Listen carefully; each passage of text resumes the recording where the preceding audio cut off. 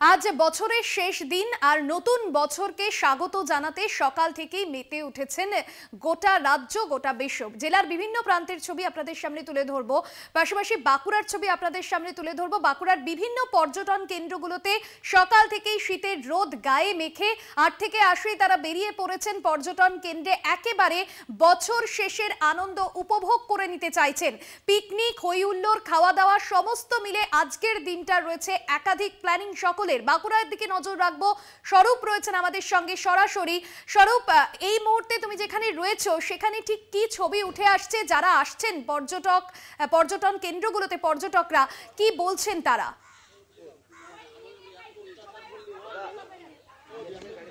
একেবারে দেখো, আমি রয়েছি মন্দিরনগরী বিষ্ণুপুরের পোড়ামাটির হাটের সংলগ্ন যে মাঠ সেখানে রয়েছি এবং সেখানে সকালের ছবিটা দেখাবো যে এখানে পর্যটকরা সকাল থেকে এখানে হাজির হয়ে গেছেন, কারণ তারা বিভিন্ন প্রান্ত থেকে তারা এসেছেন এবং তাদের যেটা দেখতে পাওয়া যাচ্ছে সকালবেলায় একদম ব্রেকফাস্টের যেটা মূলত আয়োজন সেটা কিন্তু একদম তৈরি হয়ে গিয়েছে।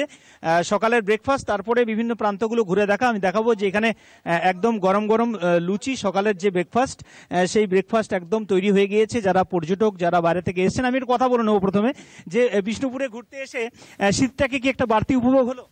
প্রচুর প্রচুর, আর এখানে তো প্রচুর ঠান্ডা, আর ঘুরেও খুব মজা লেগেছে, খুব মজা। সব মন্দির দেখা হয়ে গেল? হ্যাঁ, সব মন্দির দেখা হয়ে গেছে। হ্যাঁ, সকালবেলা চা কফি খেয়েছি, এখন আবার ব্রেকফাস্ট করলাম এই লুচি ঘুগনি।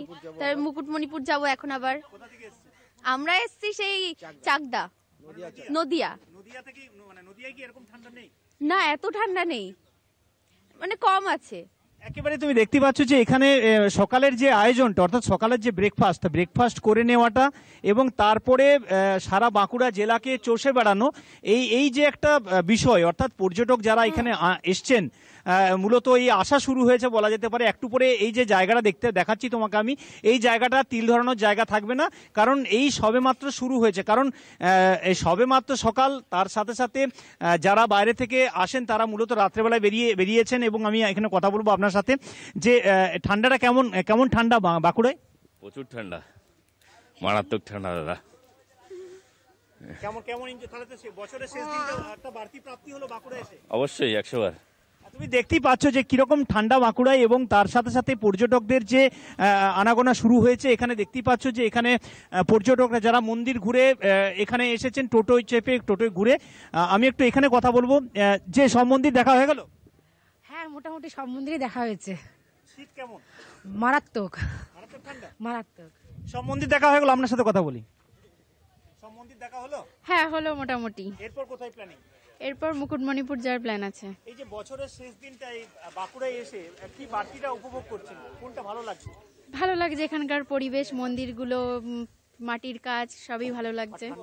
ঠান্ডাটা আজকে মারাত্মক পড়েছে। কি এখানে ঠান্ডা বেশি না আমাদের ওখানে ঠান্ডা বেশি বুঝতে পারছি না, নাকি আজ থেকে পড়েছে, কিন্তু পড়েছে ভালোই ঠান্ডা আর কি। কোথা থেকে আসছেন? চাকদা থেকে। নদিয়া।